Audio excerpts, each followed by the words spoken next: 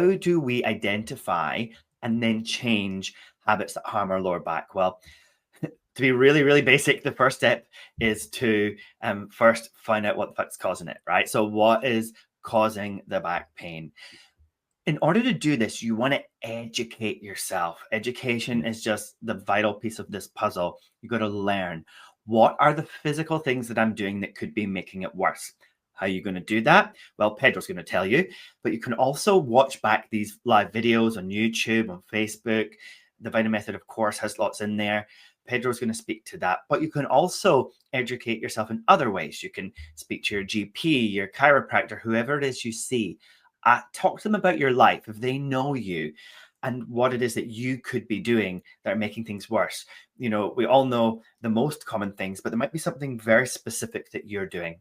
You can also read books. You know, we've got a free ebook for you to download if you would like that, that's chock full of tips. Or you could look up some of these other books. For example, Healing Back Pain, The Mind-Body Connection by Dr. John Sarno, which talks a lot about having habits of suppressing emotions and ignoring stress and over-relying on medical fixes. Or The Back Mechanic by Stuart McGill, which talks about poor movement patterns and bending.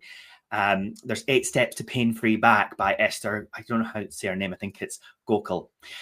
So anyway, you can start reading up, get more information, or if you're a visual person and you like interaction, come to these and start to learn which of the things we're mentioning might be something that you're doing. Okay, once you've been educated, you have information, and when you have information, you can make different choices.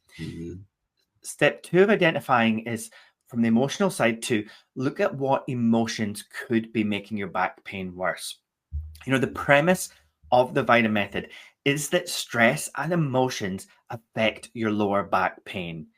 Do you want to know how to identify that?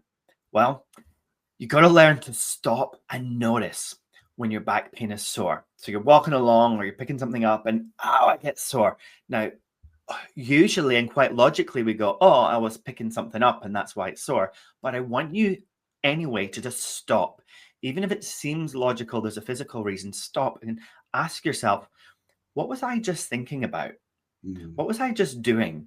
What was I talking about immediately before the flare up? And I bet you will start to see themes. You'll start to notice that even if you were doing something, you'd been thinking about something that stressed you, or there's an emotional situation. It might not seem related, but I think it's likely that there's a subconscious emotion triggered before each flare-up. In order to establish whether this is true for you or not, you've got to stop every time there's a flare-up and figure out what you're feeling. What emotion are you feeling? What have you been thinking about? Okay. Now, if you're disconnected from your emotions, which a lot of people are, especially if you're in pain, that's going to take work. Okay, that's going to take work. So you're going to be stopping and what was I thinking about? And logically, is that a stressful thing? Is that an emotional thing? And maybe I don't feel the emotions because I'm pushing them down. But logically, I was thinking about this sad thing or this thing that makes me angry. And just figuring, maybe there's a connection. You're looking for patterns. You can try journaling. Okay, so if you're going to try and figure out what emotional connection to back pain there might be, then I advise you to sit down and journal about quite a while before the pain flare-up happens. So let's say you have a pain flare-up in the afternoon. I want you to start at lunch and just talk about what you were doing. I was at work and I was feeling good.